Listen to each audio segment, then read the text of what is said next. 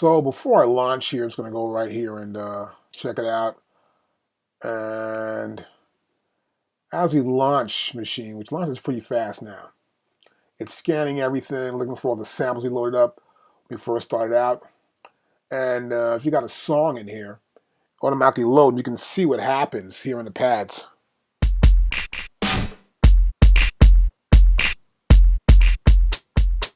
Pretty good.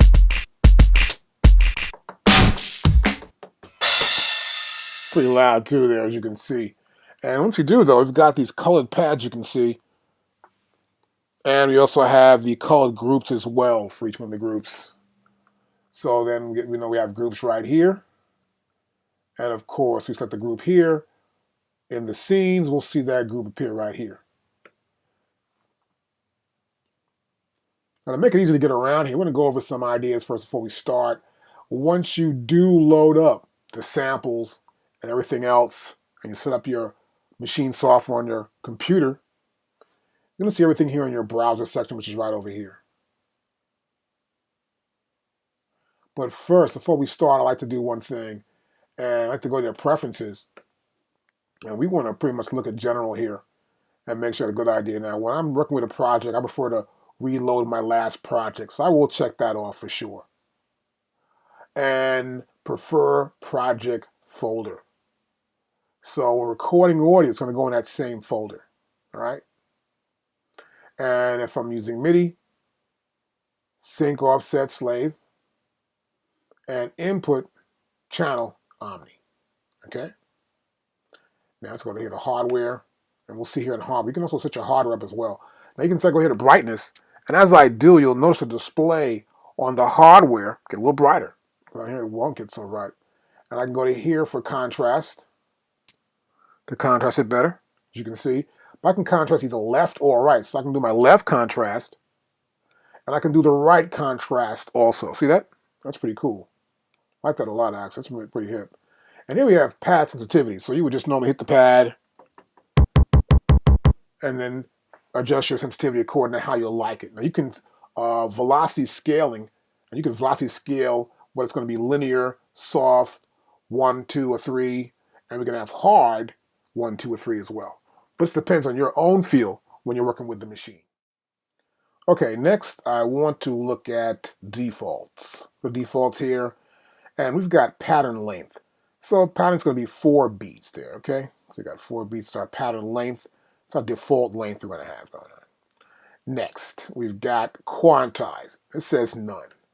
Now, you can put quantize on. This is for in case you're going to quantize. I prefer to have quantize on in the record.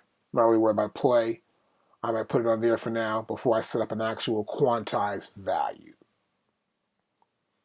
And this way, when you record something, at least you can have it quantized as you record it. Now, next, what we have going on here, we have our colors. You can also set colors. For me, as right now, it's going to do load with colors. Let's load with colors in case you want to load your instruments up. We'll load them up. We will see the colors, okay? And that's generally what I want to do before I get started with working with the machine, new software 1.8, and dealing with it to get set up first with some sort of preferences so I know how my feel is going to be, the look of the colors, and also make sure I'm ready to go. I want to do a few more things here. First of all, I want to go back to File, and we want to go to Audio and MIDI Settings. We'll pull this up here, and just let you know what we're doing right now. We're going to check out our audio. So I'm on a Mac. I'm using Core Audio. So Core, the drivers here, and that's how we're sending our audio out. And so I'm using built-in, and if I were to use my speakers, I would use my Pro Tools aggregate, which is sent to my speakers. So depending on what your system has, if you have like a Pro Tools system or whatever you're using, you will see that system here and you'll select that. In my case for the video, I'm using built-in. Now if we're going to sample some stuff in to our machine software and work with it, pick a sample rate good for you. Now, this is 44.1, it's the lowest, and we have 96. 96 will be some huge files. So the files will be smaller in size so we go further down. But I guess 44.1 if you're beginning is good to start out with too as well. And this is our sample rate for latency, which we'll explain later on. But for right now, we just want to make sure that you can hear what's in your system. So I'll press OK here, and then I'll go here and press play. I can turn it down here too.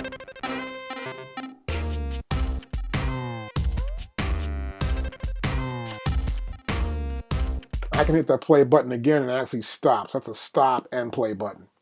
I'm going to talk about a couple of things here. Primarily, this is the menu bar up here on top.